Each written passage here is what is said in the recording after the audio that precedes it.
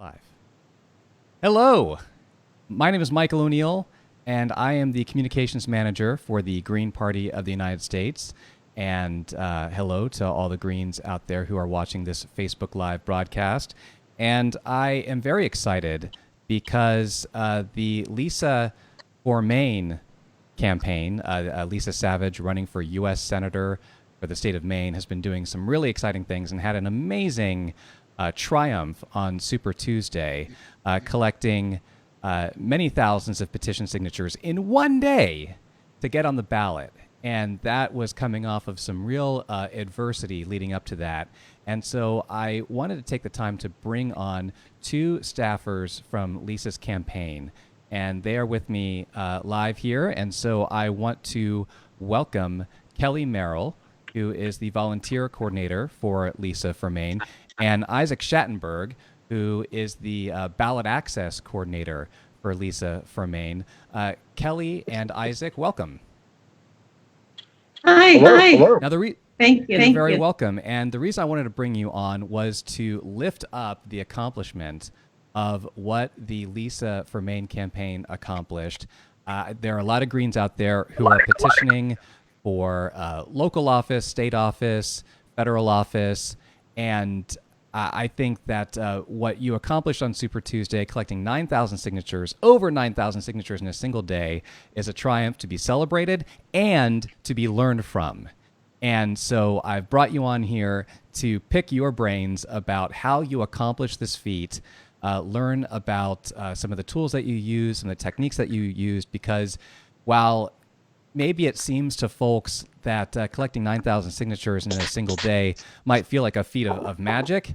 It's not magic. It's planning, it's work, and it takes skills that can be taught and can be learned from. And the best resources that we have are the Greens who are out there doing the work, putting it into practice. And so I want to thank you for not just taking the time to talk to me, but also letting the Greens out there and our allies listen to this conversation and learn from it. So I would love to get started by first talking a bit about you two, and specifically how you came into Green political work and how you came to Lisa's campaign in particular. Kelly, let's start with you. Tell us a bit about yourself, how you came to Green movement work, and how you came to the LisaForMaine campaign. It was a natural progression of the activism I've been doing in community. I work in areas of climate and harm reduction, housing, anti-fascism, and other areas of social justice. And after you've done a couple of marches and written a couple articles, I covered the issues that I sought to illuminate through West End News. And actually, that's how I met Lisa. But it's really, when you have a candidate like Lisa who asks you to come on board, it's really easy to invest everything into this one area, because electoral politics is like, it's the infrastructure that we have in place to address the converging crises that we really need to address.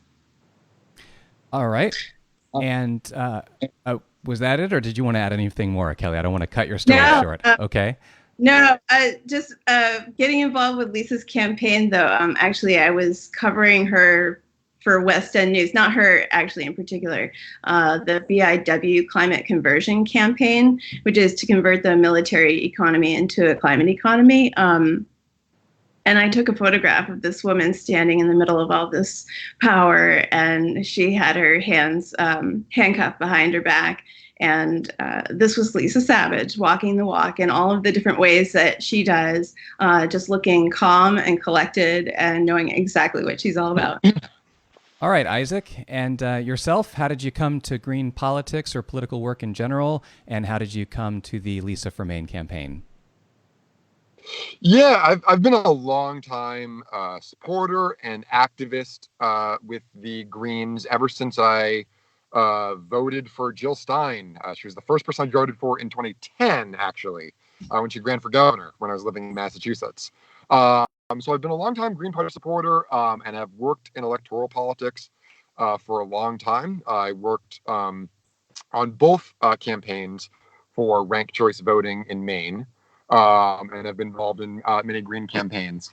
And honestly, and I don't think Lisa would have a problem with me saying this. I'm pretty burnt out on electoral politics. It's a rough grind, as probably a lot of people watching this know. It's not easy. It takes a lot from you.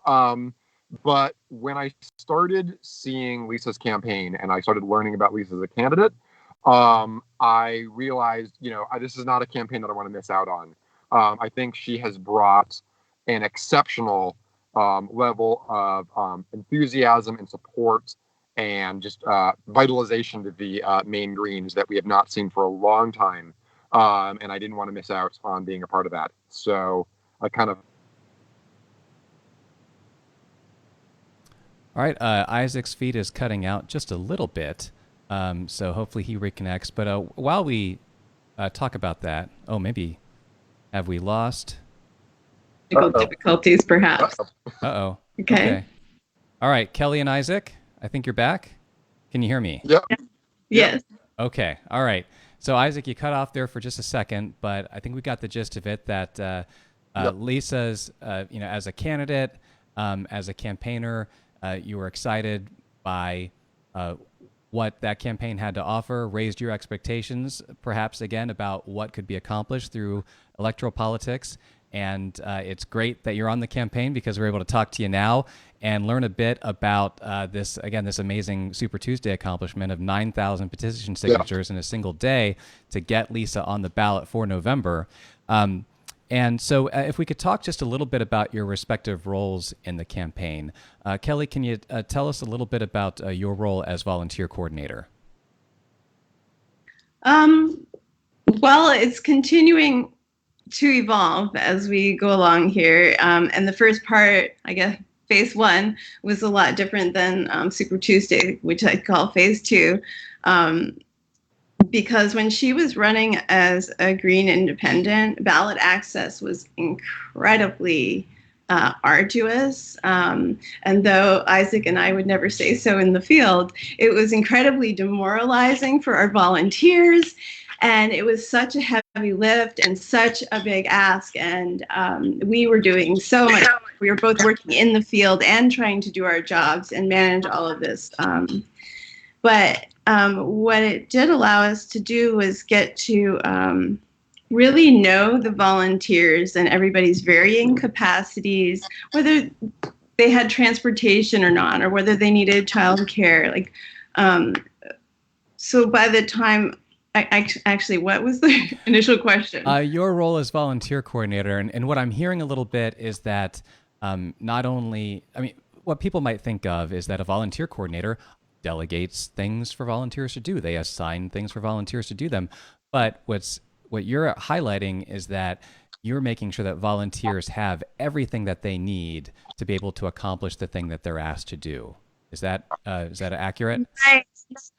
Yes, and that they even have the capacity. Everybody has varying capacities to do a variety of different work. We have people who have a flip phone or a landline, and we have people who are very digitally savvy. And I think that one of the important things that I've learned about this job is that knowing your volunteers and having a relationship with them really allows you to be very efficient and effective in what you're asking, and to really prioritize people's time and their capacity to do the work. So it changes too, and Isaac and I have, I think, really complemented one another, and we've been able to use the tools and collaboration with each other to really build a machine by the time we got to Super Tuesday. Great. And so Isaac, as a ballot access coordinator, do I have that title correct? Yep. All right. Yep. Can you tell me a bit about what were the specific ballot access challenges that the campaign was facing, petitioning as a party with ballot status in the state of Maine, and how the unfair, inequitable rules in Maine were making it infeasible to petition as a state recognized party? How you came to that analysis, and then what in your capacity you had to do to pivot the campaign for independent petitioning, and anything else about your role that our viewers and listeners should be aware of? Yeah. So, just some background. So you're right. The Maine Green Party is an officially recognized party by the state of Maine, and the advantage that we get from that is that we can just put the presidential candidate on the ballot, which is nice. But in a lot of ways, it's really the kiss of death for all our other candidates. There's kind of the unintended consequence is that the only signatures that are deemed valid by the state are registered Greens. And the Maine Green Independent Party has more Greens relative to probably other chapters across the country that are recognized by the state. We're somewhere around 3%. But that is still incredibly scarce, and it's made all the more difficult because a lot of those folks who are registered as Greens really don't know that they're Greens. They're people who just kind of haphazardly intended to register as an independent and found themselves, registered as Greens. So that just made the task of finding this tiny sliver of Maine's population really difficult. And so a lot of my responsibilities revolved around organizing volunteers and organizing the collection and distribution of signatures as they rolled in. Because that's just one example, but the laws for ballot access in Maine are very brutal for qualified third parties. Now, I want to get to the actual organizing effort quickly, but I think it is important, Isaac, if you can just let our viewers know, because they might be asking, well, I mean, the Republicans and Democrats, like they've Right. They have a much larger population of registered voters that they have to get a percentage of. So, like, what is it about the laws of the state of Maine that make this process unfair for Greens specifically, or third parties that are in a similar situation to Greens? Yeah, it's sort of one of these scenarios where nominally, the same rule applies to everybody, but the effect that it's going to have on different parties are radically different. It's something of the magnitude of 10 times more Republicans, 11 times more Democrats in the state of Maine than there are Greens. And moreover, because I've had experiences as a paid collector trying to get these candidates on the ballot in Maine. And if you go out on the street, you can kind of know where to find the Democrats. You can kind of know in the state of Maine where you find the Republicans. But all the Greens, they are scattered across a very rural state. And often, the lists that we have about where these people live are really not poorly maintained by the Secretary of State's office and the town clerks. So Kelly and I were, trying to whip up enthusiasm. And we had quite a bit of enthusiasm from volunteers to go out and knock doors. But because Maine is such a rural state, if we were lucky, we were getting a signature an hour knocking on doors. And I think the very fact that we almost got 1,000 signatures before we had to kind of pivot to a different strategy is really a testament to how enthusiastic and committed and dedicated Lisa's volunteers are. I think it really is a testament that we even got as far as we did to when people meet Lisa and see this campaign, they get really excited in a way that will, give them that enthusiasm and that determination to get those signatures under these brutal circumstances. My understanding is that even though there are 11 times as many Democrats as there are Greens in the state, they don't have to get 11 times as many signatures as you do, right? There's a cap. So they have to get 2,000 signatures. Flat 2,000. Which is 0.5% of the Democratic base, 8% of the Republican base, but it's 5% of the Green base, which means that we have to get proportionally 10 times as many signatures with no money. So it's really inequitable. And in addition, like the list that we had, because we have limited resources, we needed to focus a lot on Portland in particular, which is very transient. So you had lists nobody was at the same address they were 6 months ago, so they were really kind of pointless. And then, as Isaac said, like out in rural areas, like it's far between houses, and it's in this whole different kind of interaction. But it's a testament to our volunteers that an overwhelming majority of the signatures that we got, the over 900 we got as independent, as a Green Independent, were newly registered Green Independents, because we had a really great conversation. We got to do some really wonderful work on the ground in our communities. I'm really happy for the experience.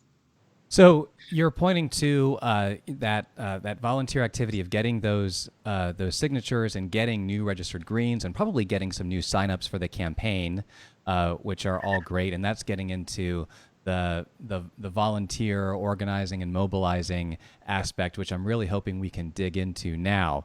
So you've laid the table for why you had to make this pivot to petitioning as an independent campaign. Talk a bit about having made that decision. How much time did you have to get ready for Super Tuesday?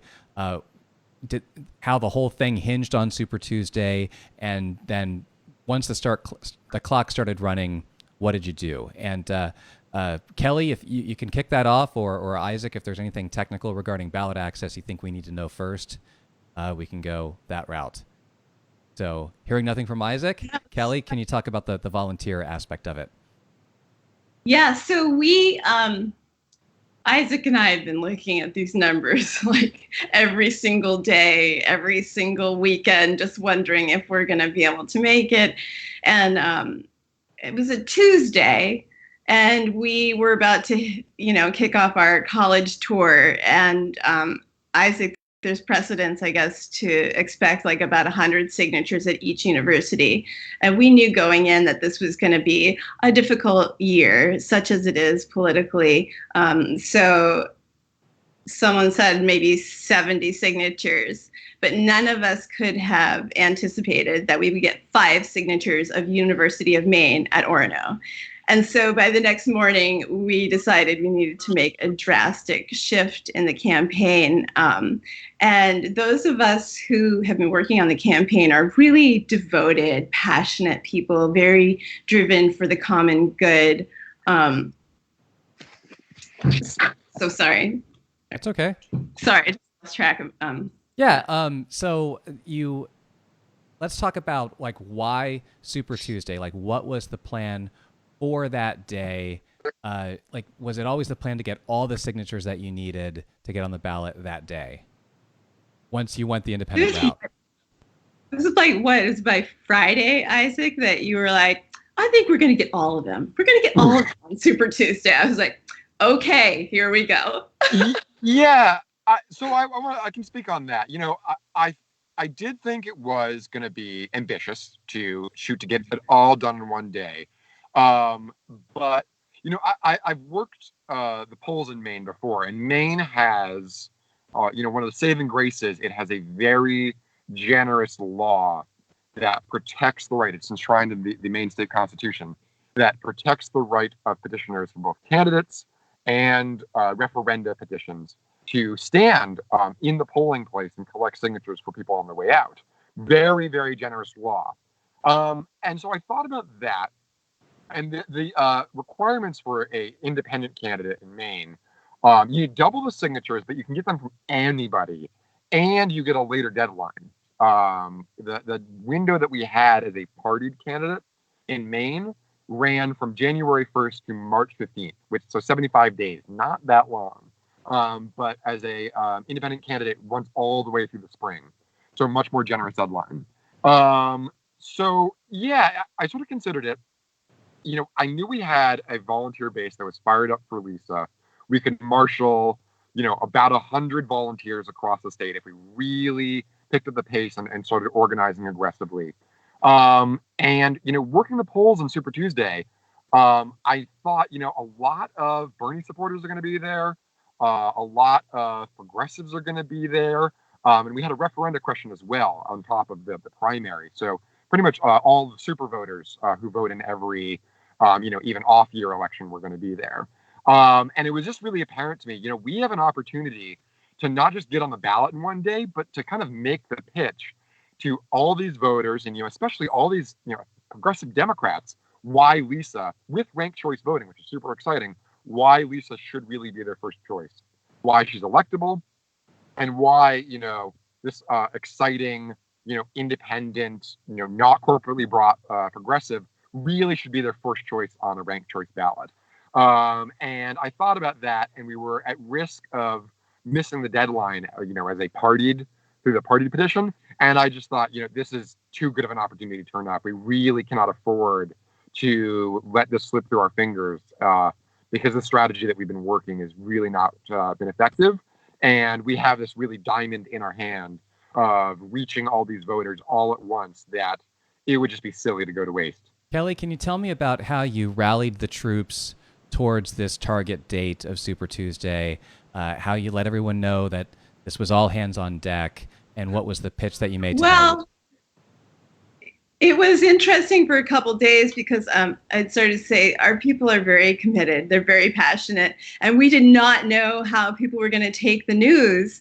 But everybody was so thrilled to jump on board with this project. And after we did 2 brief tests in the field to see what kind of signatures we might be able to expect. And from those 2 tests, we then we looked at the 80 plus volunteers that we had and looked at how many man hours we had on the books and made this just very intentional reality and achievable thing. And it was really a wonderful thing to mobilize the troops around. And everybody was just completely on board in a way that they hadn't been when they were just getting a signature an hour, if they were lucky, in the freezing cold. Yeah. You've highlighted something really important that I want to underline, which is that this is not just about getting the troops excited, right? Before you did that, you did some math and you did some experimentation. You tested your hypothesis or you came up with a hypothesis of, well, if we want to get all these signatures in one day, how many signatures do we need to collect per hour?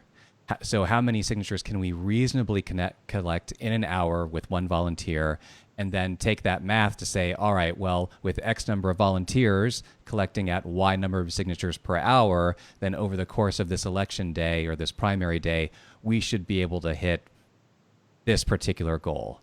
And you went into that so that you made sure that you were asking your volunteers to do something that was realistic and that you had actual evidence to kind of support that expectation. And that's really smart organizing. Yeah. No, it was wonderful opportunity. And by this point in the game, I mean, we wouldn't have been ready to do this thing if we hadn't been working together for 2 months so intently. And if our volunteers hadn't just been such professionals and it was a wonderful team effort, truly. So let's talk about some of those tools and some of the ways that you built your volunteer team and your campaign team, not just leading up to this particular petitioning effort, but since its start, and how you coordinated them that day in particular. You had 100 volunteers out statewide at 50 different polling places statewide. So tell us a bit about that. First, talking about some of the way that you talk to your volunteers, how you let them know what was going on, So part of what we did, we had this, felt like a luxury of time after we'd been busting our butts out in the field. We made sure that the volunteers had everything that they needed. They had a clipboard with a LisaForMaine sticker on it. They had volunteer sheets to engage with people who were excited about and Lisa. How did they get those things?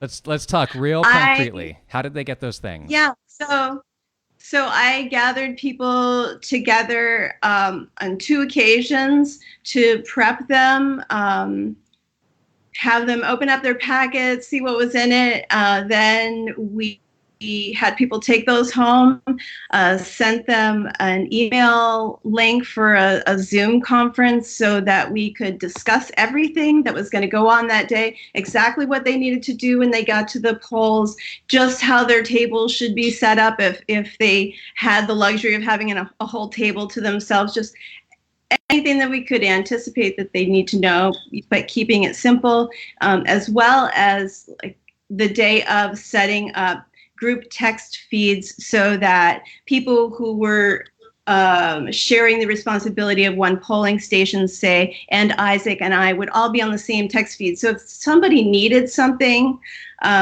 they could just reach out and they would get immediate attention either from myself or from Isaac. So a lot of it was about team communications and making sure that we did our homework and had everybody as prepped and ready as they could possibly be and have every opportunity to ask questions and reach out for help. What I'm hearing is you didn't just send out an email blast and maybe post a couple tweets and a couple Facebook posts and hope that you would get 100 people to show up at 50 polling locations and collect 9,000 signatures in a single day, right? You had multiple in-person gatherings where people were getting face-to-face support and training and getting the materials they needed.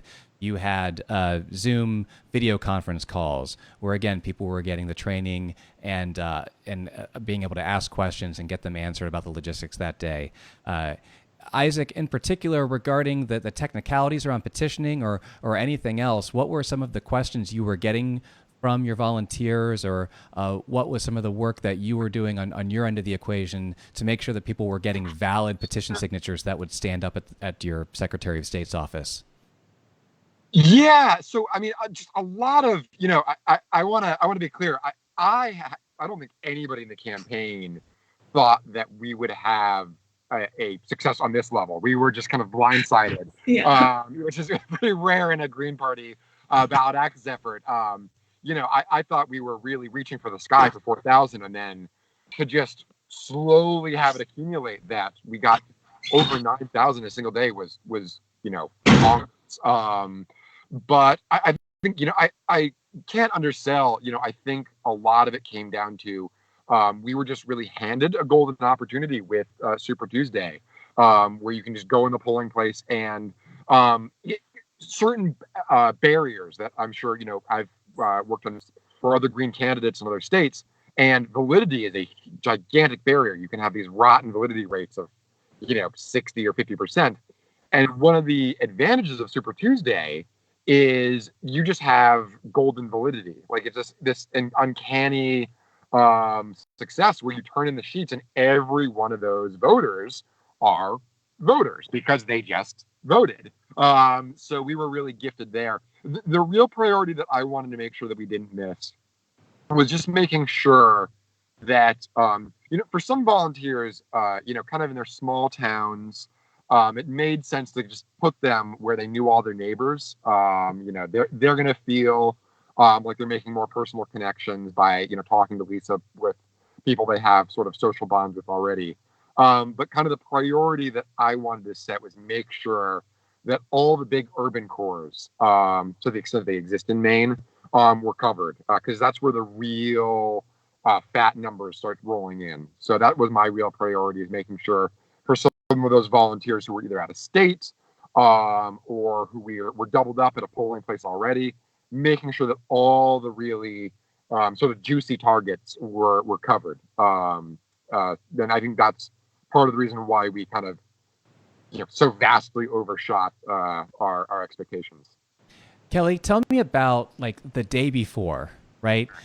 Making sure that everyone has their assignments at poll places, everyone has the materials that they needed. How were you talking to people in that, say, 48 hours to 24 hours before, and then the actual day, right? Like, how early were volunteers at the polling places? How were you communicating to them? Again, realizing that some people have smartphones, some people have, as they're called, feature phones, where they're not getting digital stuff, they're just getting text messages or phone calls. Talk to me about that. Well, we're fortunate in that the people who had the flip phones or who had the landlines were old pros at this and could just go out and man a polling station. And then there were a couple people who I just had to reach out to individually. But for the most part, I set an itinerary the night before. I was like, I'm sending out group text messages at 5:30 a.m. I'm sending out wake-up calls at 6 a.m., whether you want one or not. And just like making sure that everybody was ready to be on time and at the polls, like making sure everybody had coffee, whatever they needed, and just have everybody in the mindset, we have this job to do, we're going to go out and do it. No, nobody's going to be late.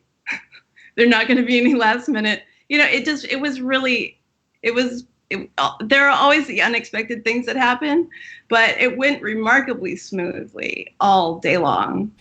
Yeah. And by how far out did people have their assignments for that day?